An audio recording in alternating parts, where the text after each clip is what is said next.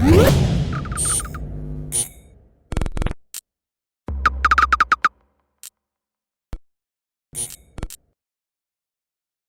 is Rob Tebbutt for Boxing Social in association with Betfred. Delighted to be joined by sweaty Eddie Hearn on Monday morning. How are you, Eddie?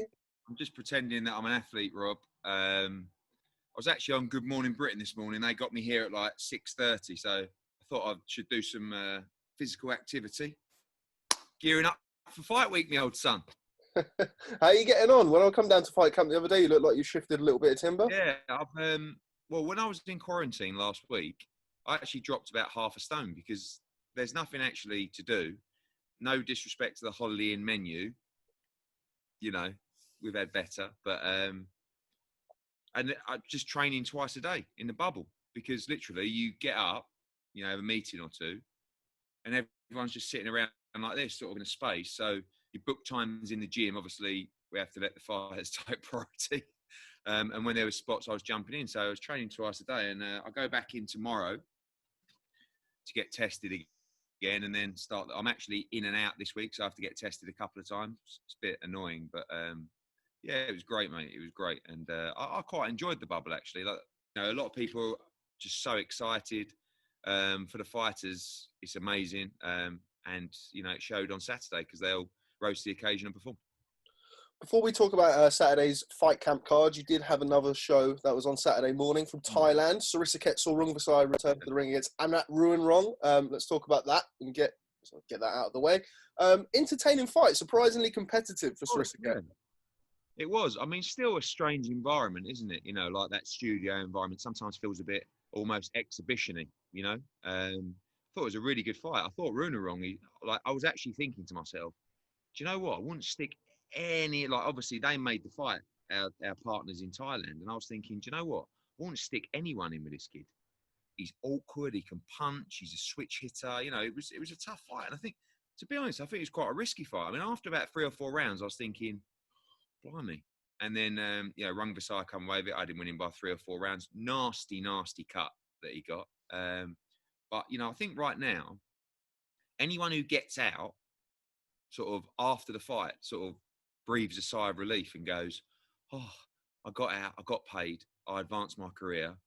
You know, the kind of pressure's off, because I guess there's a lot of fighters right now that haven't boxed for a year, you know, starting to approach a year, maybe more. And I think the pressure's mounting. You know, when I was on that Good Morning Britain this morning, they were talking about second waves and, you know, like putting the fear of Christ into everyone. I started thinking, you know what, like if we had one of those and we had another lockdown, you might see people out the game for a year and a half, maybe even 2 years. So it's very dangerous for fighters right now. And I think a lot of them are sort of thinking, I want to get out because, you know, and I think people in fight camp and Rungvisai and those guys, I got that sense of relief. Even the ones that lost, you know, they were devastated, but it was kind of like, well, I got out, I got paid, and, you know, I'm moving on. So, yeah, good performance by Rungvisai, and he sort of waits now, you know, looking to get him out in December, but that may be his lot this year. Who knows? You know, really, we want him to fight the winner of Chocolatito against Estrada, but that fight's probably scheduled for sort of September, early October. So, yeah, I guess just to sit and wait, and, you know, he's back. It's been over a year since he boxed Rungvisai. So, you know, good to see him back out. But before we move on to other business, obviously Rungvisai spoke after the fight about the 2 trilogy fights that he can have, the Chocolatito, the Estrada. There's been some talk about Chocolatito. He wants to get paid, Eddie, for the Estrada trilogy bout. He's talking about $1 million purse. Is that unrealistic under the current circumstances? I have a contract with Chocolatito, and those purses are already in there. You know, at the end of the day, you know, I respect Chocolatito a huge amount and have a great relationship with his promoter, well, our co-promoter now, Mr. Honda. And, you know, we'll speak to him about the purse for that fight when the time is right. But also, you know, taking into account, number one, it's a very, very big fight. It's a pound for pound fight. And number two, the game's changed and there are no crowds. You know, we can't, listen, if we can do that fight in November or December at the StubHub and sell 8,000 tickets, you know, we're talking. But if we can't, then obviously everyone has to, you know, sort of be understanding of the situation. And you know, but want to make sure that he's happy because it is a big fight, and you know, it could be a career-ending fight for both of them, really. Can't get him at fight camp, no? Oh, listen, after Saturday, a lot of people are on the case, but it's a bit late now. You know, anyone who missed out, he's probably missed the boat. But you know, I don't know. This event, look, it's easy for me to sit here now and say, yeah, it was amazing, and we want to do this again. And you know, you could come Friday, have a stinker, and it pours with rain. You know, like this is just boxing. So much is out of your control, really. You put a card together that you hope performs, and Saturday did. And you know, we move forward to this Friday and see what we can replicate. Okay, so egg versus cheese. Start from the top, work our way down. Brilliant main event. Eggington-Cheeseman delivered, over-delivered what was promised beforehand. Some fight. It was probably one of the best fights I've ever seen live. I mean, I think when you're here, and I guess we'll come on to crowd noise and stuff like that. What they did was they piped in a sort of hum, it's called, I think, in TV terms. Mm. And when you're here, there's a real eerie silence. It's quite strange, to be honest with you. And I think the hardcore fans would love that eerie silence, but maybe to the general audience, Sky felt that it's better to have a very, very subtle background noise. That's something that will be reviewed this week, actually, as well. So being in an environment and seeing a fight like that without 10,000 in Birmingham at the O2, to have the feeling it was like one of the best fights I've ever seen live. If you imagine that fight was in front of a packed arena, I think everyone would be talking about it for a very long time. So I hope they get that sort of respect from that, because they do deserve it. And it was a great, great fight. As always, we know when I put Martin Murray in with Gabe Rosado and called it beautiful brutality and told everyone it was going to be World War III, it doesn't always play out as it says on the tin. So whilst I was always hopeful we would get what we got on Saturday, I did think to myself, maybe it won't. Maybe Ted will box off the back foot like he did against Fitzgerald. And what we got was just two guys. And this also goes back to fight camp, where I said about giving the guys the platform to feel like this is it, you know, like this is. And both of those guys, I promise you, when Ted Cheeseman walked into That's Life by Frank Sinatra and about 20 grand's worth of pyrotechnics went out in front of him, I think he was thinking, I can't believe this. I mean, I heard Matthew Macklin say, I went through my whole career without a ring walk like this. Do you know what I mean? But that's what we want. That's how you get fighters to raise their game. I don't want flat performances. You know, maybe Rungvisai was a victim of that as well, you know, in that kind of environment. And yeah, I just thought it was thrilling. You know, close fight. It's hard when you've got two fighters in a fight because, you know, you sort of speak to Sam and John Pegg after and they feel they should have got the decision. And it's like, oh, and then it's like, you know, when Ted lost to Fitzgerald, you know, him and his crew were saying to me, oh, you just wanted Fitzgerald to win for the Fowler rematch. And, you know, then sort of Sam loses a close decision and then sort of Sam thinks, oh, I've been robbed here. And it's do you know what? It's not actually that enjoyable in those kind of situations. But I did feel like Ted won the fight. You know, a very, very close fight. It was times, first 6 rounds, I thought Ted was nicely in control. And I thought Sam came back in the fight. Sam was hurt repeatedly in the fight. Early, I think, was it the second round, something like that. And again, but then he hurt Ted in 1 round. And again, I think in the 12th round as well. I would have loved to have seen 15 rounds. And I think actually Sam would have won the fight over 15 rounds, to be honest with you. But I would love to see it again. You know, and it's difficult because Ted will now go into the top 10, maybe even the top 5 with the IBF. And, you know, your first response as a fighter like Ted Cheeseman is, I want to go on and have, you know, and have a final eliminator, a world title eliminator. And it's just that I know that everybody would watch that, would love to see number 2 and love to see it in front of a busy arena as well. But really proud of the guys, put it all on the line and gave us an absolute cracker. Appreciate it's very soon after the fact, and Ted's probably going to want to enjoy his win, at least for a couple of days. But Anthony Fowler returns to the ring this weekend. That's a fight that's been talked about. Try and get out this time. Sorry. All right. Sorry, mate. It's better. Yeah. Burning up. No, it's just nice. Go on. Yeah, we've got Anthony Fowler returning this week. Oh, there we go. Well, hydrate. Nice plug. Anthony Fowler, yes, returns on Friday night against Adam Harper.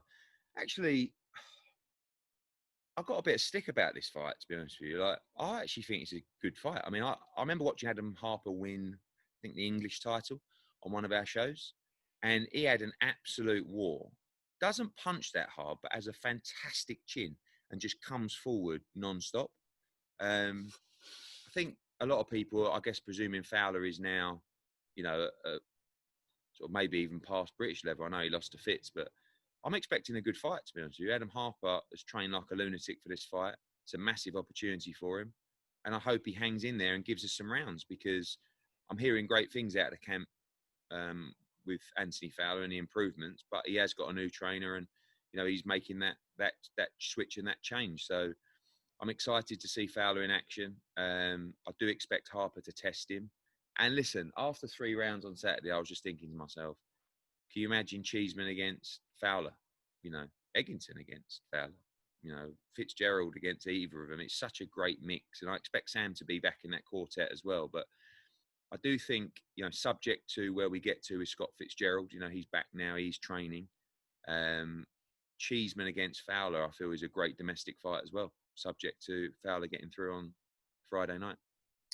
Let's talk about the rest of the card. Opening the show, Jordan Gill versus Reece Belotti, another interesting style matchup that delivered. Great performance from Jordan Gill, considering everything he's gone through in the last 12, 18 months. Yeah, it's good. I mean, entertainment-wise, I'd probably give it an 8 out of 10. It caught fire a little bit at times, but I think, you know, Jordan boxed to instructions, which was very smart, and I thought he boxed fantastically well. You know, Reece was a little bit flat-footed at times. I guess some of the things that have cost him in the past, and Jordan did exactly what he had to do to control the fight, to win the fight. I thought one of the cards was a bit generous to Reece. You know, I felt like Jordan won it by 3 or 4 rounds. And there were times when I felt Reece might come into the fight, actually. And he hit him with a few beautiful body shots, and, you know, legs might have dipped slightly, but he was never really in that much trouble, Jordan Gill, and a very impressive performance, considering really his career at the top level was on the line. And, you know, he's another one of those guys that can bank that performance, that win, that money, and go, oh, I can have a couple of weeks off now. And listen, if things return to normality, I'll box again in November, December. Now, somebody who really caught the attention, obviously, as you know, heavily always on Twitter when the shows are on, and our American counterparts were very, very impressed with a certain Dalton Smith and his one-punch knockout win. Well, no, not a stretch to say it's probably the knockout of fight camp so far. What did you make of his performance? I mean, firstly, you know, when we talk about the matchups in fight camp, that fight for me was a great example of when a prospect gets a slot on fight camp, that's exactly what we want. That couldn't have gone better. And we have to give massive credit as well to Nathan Bennett, who came out like a train. And by the way, chin-checked Dalton Smith a few times. And our thoughts are with him. He's actually, he broke his jaw in that fight. Had to have an operation yesterday. So best wishes to Nathan Bennett. And I just thought Dalton Smith was spectacular. You know, when we signed Dalton Smith, a lot of people were saying to me, I'm telling you now, this kid is spectacular. Now, he's had a few illnesses and bits and pieces over the first year as a pro, but now he's completely 100% firing. I thought he was outstanding. Shot selection, spiteful, balance, chin as well. You know, he's in with a big, big light welterweight in Nathan Bennett. And, of course, the showreel knockout. So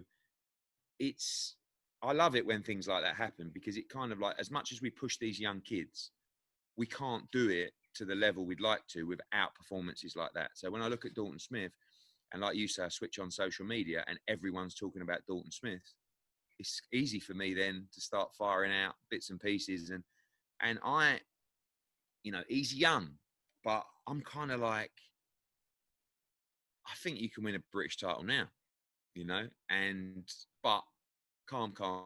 Let's go English title first and then British title in 2021. But I think that the way the sport's going, I think what fight can be shown as well to those guys is, and it's the same thing with Hopey Price this week, really dangerous fight for his 3rd fight for a kid who's a baby, you know. We will see the best of these guys once they start stepping up. And I don't want to take backward steps now with Dalton Smith. I want to keep that momentum going because he's good enough. You know, he's had that WSB experience. He's had those 5-rounders with these beast Kazakhs and Uzbeks, and he's a world-class fighter, Dalton Smith. He just lacks experience, and that will come over time. Fabio Wardley, another interesting addition to the heavyweight scene. A very composed couple of rounds, and then took Simon Vallily out in in some style in the third round. A nice little heavyweight addition. Yeah, I mean, again, like a lot of question marks over Fabio Wardley. I kind of like, one of the things, Rob, is when I'm selling the narratives to these fights, I end up convincing myself that there might be a problem. You know, like, so it's like Simon Vallily, Commonwealth Games gold medalist, GB podium squad, ABA champion, moves up to heavyweight, look, great sparring Martin Buchanan. And I'm thinking, and I'm going, Fabio Wardley, white collar fighter, no amateur experience. And then I'm actually starting to think to myself, is this just hype with Fabio Wardley? Like, is Dillian Whyte just signed a fighter and we're all pushing him and we don't really know? And what I saw was a really competent, composed performance that makes me believe now that he can go on and be in that Dubois, Joyce, young British heavyweight bracket. Not yet, but very soon. You know, 2-3 more fights. I believe Fabio Wardley could be a real threat to the heavyweight division domestically. We'll have to see whether that can transform onto the international scene. But how good, you know, a great, young, good-looking, great talking, you know, specimen, fast hands, knockout power. It's a great addition to British boxing, you know, and we're very pleased to work with him. He's a joy to work with. I'm sure you've interviewed before. Really nice guy, speaks very eloquently. And I thought it was a great performance. You know, beautiful catch encounter with a left hook and had him hurt and just exploded on the ropes and the ref jumped in. So it came out of nowhere because I was starting to think, you know, Vallili's actually just easing his way into the rounds here. This could get quite interesting, and Wardley took him out of there. There's some talk after the fight that he may make a return on the White Povetkin undercard. Was that just talk? Yeah, I think I get a bit carried away sometimes with that. You know, you kind of forget that fighters have had 10, 12-week camps and, you know, they come out and they're like pumped. So I said to him, how's your hands? He goes, yeah, fine. I said, you should get Dillian to stick you on August 20th. Yeah. And then when you speak the next day, and obviously everyone's had their pizzas when they get back to the hotel, and the trainer starts going, hang on. But there is a chance, you know, there's a couple of heavyweight divisions we're looking at for that card, actually, and he may be one of them. Dave Allen's been talking about potentially getting an interesting offer on the 22nd of August. What can you tell me about that? Yeah, I just, you know, obviously before we made Taylor Pursoon, we were looking at Dave Allen against Hughie Fury. We weren't able to make that fight because we made Taylor Pursoon. So, you know, there's a couple of fights floating around for Dave Allen that I quite like, actually, that are kind of in the middle between, you know, the impossible and the walkover. So I've just got to see if that's possible. I think really we need to make a call on that today or tomorrow. Interestingly, Dave Allen is sparring Povetkin when he comes over because he has to quarantine. And, you know, once he's out of that period, he'll be down at the bubble there and, you know, on fight week, moving around with Dave Allen and, you know, helping him prepare. So it would work out quite well if Dave was on the show. What's Dillian Whyte's thoughts about Dave Allen sparring Alexander Povetkin?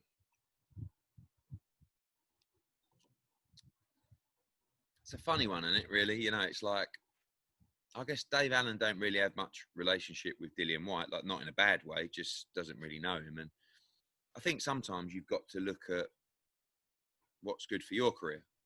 You know, is Dave Allen sparring Alexander Povetkin going to give him the secret key to beat Dillian Whyte? No. Do you know what I mean? You know who's also sparring Alexander Povetkin is Derek Chisora. You know, so it's all very, very interesting. You know, the whole setup of the bubble and of you know, training and sparring and stuff like that. So we'll see what happens in terms of the heavyweight editions for the 22nd this week. Before we come on to other business, let's talk about the final card on this past weekend's fight camp. James Tennyson. First of all, did you call James Tennyson the most exciting pound-for-pound puncher in world boxing? Probably. Sounds like something I'd say.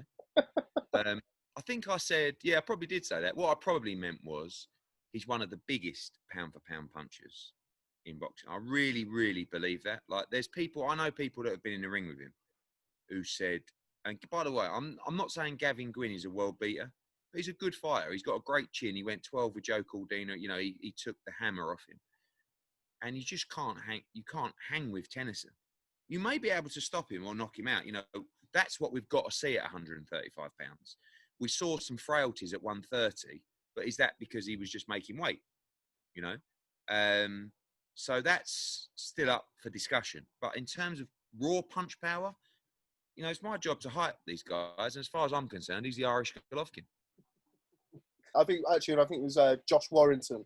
Yeah. Josh Warrington said he sparred him for the Amagasa fight, and I think Yeah. he broke his ribs after 4 or 5 rounds or something. He can really punch, you know. But I'm sure there are frailties there, but that's what makes him exciting. And when you look at that Northern Irish fight scene, that Belfast fight scene, they should really get behind Tennyson now, because, you know, Carl has been amazing for Belfast and Northern Irish boxing, and he's come into, you know, probably won't like me saying this, but coming to the final stages of his career, let's say. And Ryan Burnett's retired. So really, you know, in order of rank, now James Tennyson's right up there, and they should get behind him because he's really exciting. Raised a few eyebrows talking about Jorge Linares after the fight. Obviously, boxing Fortuna at the end of August. That's a hell of a name if you can get him in there with him. Yeah, I mean, that's the kind of fight that sells out the Odyssey, you know, in Belfast, once we're back up and running. And you imagine those two going at it. I mean, someone's getting sparked in that fight. So I like it. But I think when you look at Tennyson and you look at, you know, he's just won the British lightweight title. So, okay, who does he fight next? You look at those rankings. There is no fight I think makes sense for James Tennyson for the British title at that level. You know, above him you have Ricky Burns, Lee Selby, Luke Campbell. So they're not interested in fighting for the British title. So really, I think the move now for him is to try and fight Francesco Patera. You know, you saw beat Lewis Ritson. He won the European lightweight title. He's moved to the top 5 in the world. Could be a final eliminator. That's a proper fight for James Tennyson. So will that be done under COVID, under the kind of current guidelines? Yeah, possibly. I think again, that's a fight we'd love to take to Belfast, but I do think that that is a fight that we could make, you know, under these kind of circumstances. While we're talking about the lightweights, what's the latest on Ryan Garcia versus Luke Campbell? I spoke to Eric Gomez the other day. To say he was tight-lipped is probably an understatement. What can you tell me? Only that I made them an offer. They wanted a bit more. I mean, they wanted an amount that's not really achievable, but it wasn't an outrageous request, to be honest with you. It's just difficult at the moment, really, to find a model to make a fight like that work. In America, is it here in the UK? Does the deal change for either man if the country changes? I haven't really gone into too much details with Luke and Shane and the team there yet, because we need to know if Ryan Garcia will take the fight, and then we'll look at that. Luke and Shane have made it clear to me they're more than happy to step up in that fight. Ryan Garcia appears to be. We will get to a stage soon where we'll have purse bids, and then we'll see where we go with it. You know, I think it's a wonderful fight. You know, sometimes you can tell by social media reaction the interest of a fight, and the interest in that fight was absolutely huge. So for me, that could be one of the best fights of 2020. And I think purse bids are coming maybe the end of this week or something like that. So we have to try and reach a deal this week. When it comes to somebody like Ryan Garcia, I sort of said this to Eric Gomez, and he's at a stage of his career where he's had a couple of solid wins, Romero Duno, etc., but he's not had a breakout win. Yet he has this enormous social media profile. How does that impact on you making a deal? You're kind of dealing with a prospect with like a multi-weight world champion profile. How does that affect a negotiation? He'll want a lot of money for that fight because it's a very dangerous fight, and I see him getting beat in that fight as well. I mean, it's a very tough spot for them, because when a fight like that gets ordered, you know, if you duck the fight, he's already got the reputation that he's a social media fighter, right? I don't agree with that. I think he's a very, very good fighter, right? But still with a lot of questions to answer. But Eddie Reynoso certainly believes in him, and Eddie Reynoso is a fantastic trainer, and he knows what he's doing. So you're making like, you know, it is a Korean world title fight, but he is a big name. But Luke Campbell's a big name. You know, he had a great fight with Vasily Lomachenko. He's one of the top lightweights in the world. So yeah, look, Ryan Garcia wants more money than someone with his record would warrant.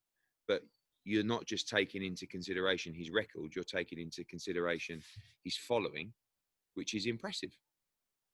Elsewhere in the lightweight division, Lomachenko Lopez, well, I don't know, is it undisputed, isn't it? Who knows? I'm still confused. But that seems to have hit the skids a little bit. I'm sure you've seen it and heard it. What do you make of that, Lomachenko Lopez? Well, again, you know, I only know. Sorry, Rob, we're avoiding the sun.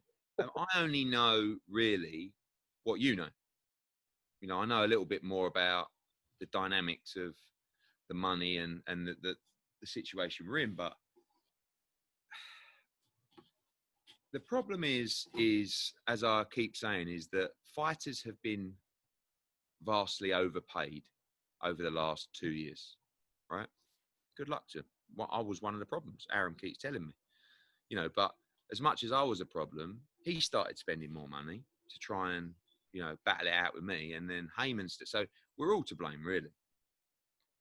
The problem is the money that's been floating around in the last couple of years, if the offer of 1.2 million is correct, it's not a lot of money. In fact, it's poor money for a guy who is a world champion, right? We're not talking about a challenger. I mean, Luke Campbell, you know, got more money than that to fight Vasily Lomachenko. He was a mandatory challenger. Do you know what I mean? You're talking about a world champion in Vasily Lomachenko. You're talking about a very good fighter that is putting his whole career really on the line against Vasily Lomachenko. If he loses his world championship, right? And I actually thought, and you know, I don't mind saying this, I would have had a couple of defenses if I'm Teofimo Lopez, because I felt like the jury was out about Teofimo Lopez, and then he came out and he blasted out Richard Conley, and I was like, okay, this guy's the real deal. But really, like where we are at the moment, and I know the fight fans, you know, they're dying for big fights to come back. That fight is only going to get bigger and bigger. No one knows who Teofimo Lopez is in America yet, really. And Lomachenko, as good as he is, he's no superstar in America. So for me, that's the undisputed fight. That's the biggest fight in the division. It's one of the biggest fights in boxing. So if you're saying that for one of the biggest fights in boxing today, that an existing world champion should only get $1.2 million to fight the best pound-for-pound fighter in the world, it looks like a terrible offer. But I don't know if it's true, you know. And by the way, it's not easy right now. You know, if Top Rank want to make that fight, they have to do it with no crowd. You know, it's just not a pay-per-view fight in America. It's just not. It's a brilliant, brilliant fight. But how many buys is that going to do? Really? It won't do. I don't think it does 50,000 buys in America. So you have to get ESPN to front the money up with no crowd. Lomachenko's on what, reportedly 3.5, 4 million or something like that. Lopez probably wants a couple of million. So you're in for 6 million plus before you put an undercard on, before you've paid the cost of the bout. Where's the money coming from? You know? So I don't blame Top Rank. I'm not saying Top Rank have made him an unfair offer. I'm just saying that in the landscape that we've seen, and you look at Campbell and you look at those kind of guys, Haney, and you know what these guys are making, you can't possibly think about accepting that fight for that kind of money. Okay, pushing on, talking about numbers, talking about ratings. Didn't have the numbers late last night, so tweeted Mr. Coppinger. He responded to the call and tweeted some numbers. Why don't you tell us a little bit about the numbers for those people who haven't seen them for this past weekend show at Fight Camp? Well, Coppinger is like, what's the best way to describe? He's like a little mole. You know what pops out of the hole? You know, like he gets everywhere. So he's just the one thing I'll say about Mike is he bloody knows everything, right? And I've never actually known him to be wrong or far wrong. So he's very good at his job. Slippery, old Coppinger, very slippery. But, you know, the ratings that he gave were correct. I see the ratings when they come in after every show the following day. They're reported by Sky, who have the numbers for every show on their platform. It's not difficult to get. I was happy. You know, I think our numbers, I was hoping for a little bit more, to be honest, but it was probably double the numbers that we would have got for that card outside of Fight Camp, if that makes sense. So if that was a next-gen show, for example, we probably would have had half the numbers that we did. So there's still room for improvement. I want to see that tick up to 300,000 plus the peak, to be honest. But it was a long show. You know, it was 7. I don't think we came off air till 11:30. So across 3.5 hours, the peak is going to be a little bit lower than expected. And also, you had Arsenal against Chelsea, which didn't finish till 7:30, plus the ceremony, plus the trophy presentation. So might have affected us a little bit, but solid start, I thought. Was Coppinger far wrong about the White Povetkin DAZN numbers? They haven't fought yet. Sorry, Joshua Povetkin. Beg your pardon, Eddie. Monday morning. Oh, right. No. I think that's probably he's talking about maybe sign-ups or pay-per-view buys. But it wasn't far off that number, probably around 20,000, something like that. So he's not, I'm not saying he's right all the time, but he's only using information. I know where he's got the information from. It's actually not me, but I know where he's getting it from. And it's the official numbers from the broadcasters. So it's not, you get the ratings come in the day after, which, to be honest, most industry people can get hold of. And then after that, you'll have, further numbers come out today and tomorrow. And they're within like 10% of the worst spread of the numbers that you saw in post. The only thing it doesn't include, the numbers last night, is streaming. So people watching via their phone, people watching via their laptop, their tablet, which is, is ticking up. It used to be 5%. Now it's considerably more. So solid start, room for improvement. You said to me when I interviewed you, when I come down to Fight Camp the other day, that you said exactly the same thing. You said 100K if it was just a normal show, 200K is what you were hoping for. How encouraged are you by those numbers, and how much of a boost does that give you going into week 2? It's not like, the ratings were really solid. They didn't knock my socks off, but at the same time, and this really isn't a dig at everybody else, but from what I've been seeing around the world, I've been shitting myself thinking, do people just not want to watch boxing anymore? We only did, we did less than ESPN, but ESPN is across the whole of America. And you see the other numbers in the UK and it's worrying. If I'm a broadcaster and I'm getting those kind of numbers, I'm thinking, what is going on? So, but again, with not being funny, Rob, I pushed this like a pay-per-view event, Fight Camp. I've been grafting my nuts off pushing this. And again, like this morning, but it's working, GM Good Morning Britain on ITV this morning, 10, 15 minutes on there, Ben Shepherd going raving about it on ITV, BBC coming down later to do a big piece. It's all over Sky News, Sky Sports News. This is the vehicle. And now we have a vehicle ourselves that is powerful. So, but we've got to continue this starting from today all week, build up to the first ever British world title fight between two females with Harper and Jonas. And then next week, and then push into a monster with White Povetkin and Taylor Pursoon. So it's good news for boxing. It's good news for boxing. And by the way, that goes for everybody, like even our competitors, because they can actually say to their broadcasters, look, decent numbers there. We're okay. We've just got to get the model right, or we've got to push it accordingly.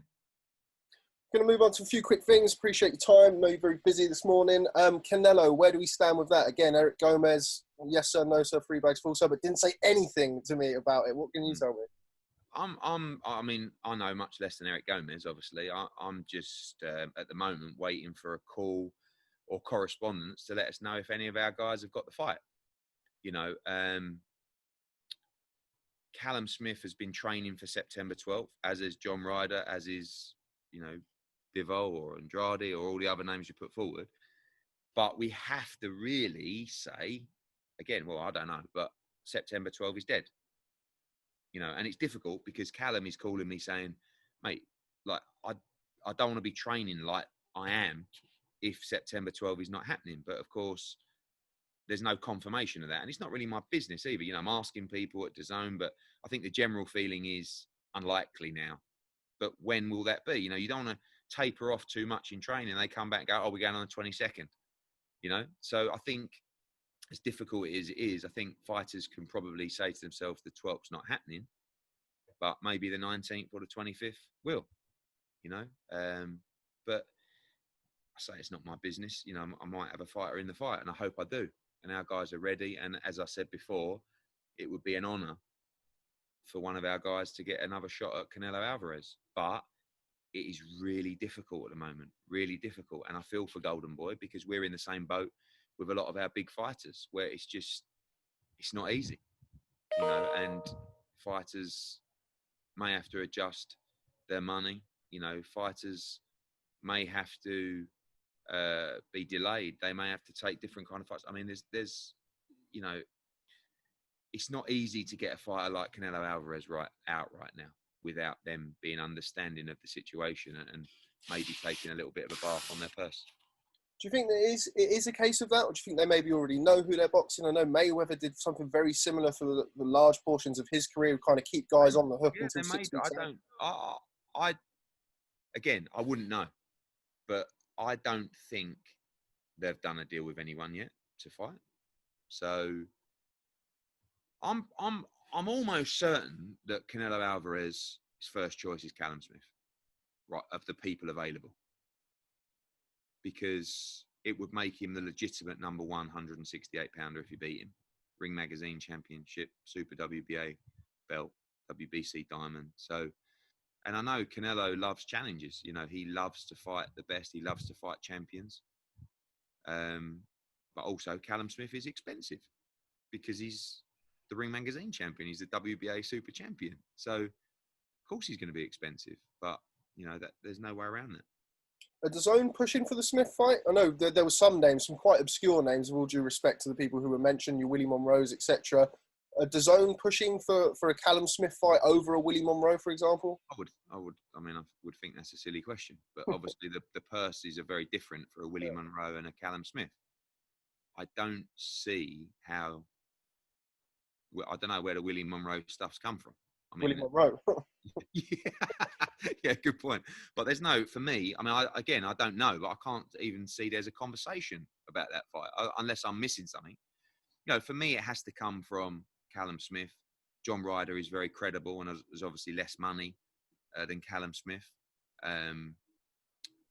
Demetrius Andrade, Bivol, if he wants to stay at 75 and try and win another world title. I mean, these are all fantastic fights. So, but again, like I said, it's the challenges that we're faced with, Rob. It's not just as easy anymore as saying, yeah, how much do you want? Oh, a little negotiation, bomb, sign.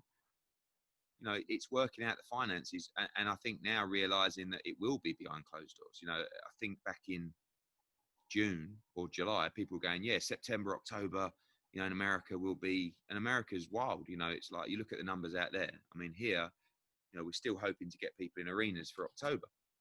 But there, it's just wild. I was going to talk about this just before I left. I have an interview pending with Dr. Rod of Matchroom, Rod Belelos, who is your new doctor, which I think is a very positive move from Matchroom. Let's talk about that show in Tulsa. Oklahoma's, you know, not great for COVID at the minute. Talk to us a little bit about the kind of challenges in putting that show on. It's okay. I mean, we're in Tulsa. We've been monitoring the numbers in Tulsa non-stop. They've had a couple of aggressive days, shall we say, and looks like there's a nice plateau now on those numbers. But again, it's like day by day monitoring. I mean, it's nowhere near the levels of Los Angeles County or, you know, other territories, Texas maybe as well. But I'm a real big believer at the moment in staging outdoor events. It's a real different kind of feel. You know, when you're in this kind of pandemic and you're in a dark, dingy, sweaty studio, it ain't a nice place to be. You know, you're out here, you've got the fresh air, it's a vast space. And again, our show in Tulsa is the same kind of setup. Outdoors, you know, in amongst the skyscrapers, etc. Our doctor that we've employed full-time in America, which is very expensive, but I feel like necessary across many different levels, by the way, in boxing. And I like this move by us, which I think should follow in different territories, of having that full-time doctor to assist in many things. You know, the safety for the fighters, you know, assisting with a medical team on the night, so many different elements of that. And right now, his role is to make this event as safe as possible. Out there, because of the extensive spread of the virus, what he's bringing in is probably 5 times stricter than what we have here, which is when you arrive, I believe, and he'll tell you later, I believe it's a 48-hour quarantine before you even get your test. Do you know what I mean? So I think you're something like nearly 72 hours in your room there in the bubble, which is very difficult for fighters who might be wanting to train or make weight or So it's getting the mix right of making sure fighters can prepare properly and making sure the event is as safe as possible. So we are going to all extremes as we have done here, and I'll go back into the bubble tomorrow for another test, which I can't wait for. And it's challenging. It's challenging, but we've got to do it right. We've got to do it properly. And I think, employing a full-time doctor there to handle our situation is very, very important and just stands us out from the rest. I agree. I do think it's a very positive step. Looking forward to catching up with Dr. Rod. Before I let you go, let's do some heavyweight talk. Eddie, Joshua Pulev, when I was down at Fight Camp the other day, the general talk was November, December time at the O2. What can you tell me? Same, yeah. I mean, again, we had a kick in the nuts last week because we had, we were one of the test events that were approved by the government. We had the World Snooker Championships, cricket, and the horse racing.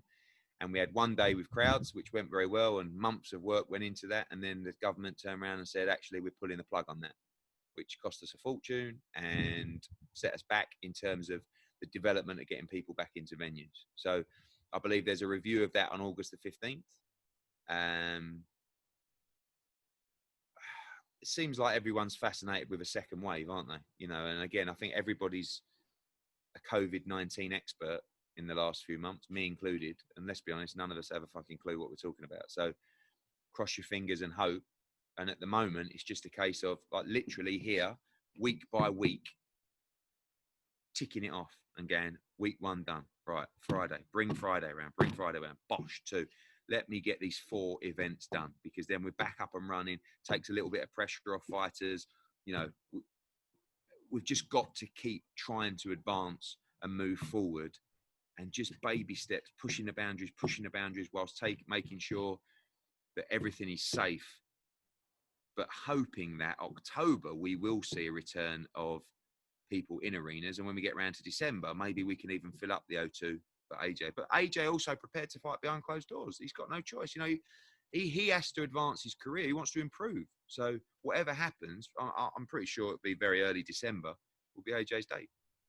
If for whatever reason shows aren't back, I know you well enough to know that you would have been thinking about these things and contingency plans. What are the options? What are the current likely options if, for whatever reason, crowds can't come back for I think unless there was a complete disaster, we will have crowds back in some form in December, like whether it's 1,000, whether it's 5,000. So that gives us an opportunity to be creative around those numbers and try and drive some kind of gate. Failing that is a more disastrous situation where you have to do another behind closed door event where you might be looking at losing 5, 6, 7 million of revenue from the show. But again, you have to speak to Anthony Joshua, you have to speak to Kubrat Pulev, and you have to say, this is, it's pretty easy to see it's not a lie. Do you know what I mean? So it's not like it's some shifty promoter going, oh, mate, I can't believe it. You wouldn't believe what's happened. You know what I mean? He's pulled out and I'm going to have to pay you less money. Like, everybody knows the situation we're in. Doesn't matter what economy you're in right now, what industry you're in. Everybody's feeling the pinch. And everybody's looking for a discount.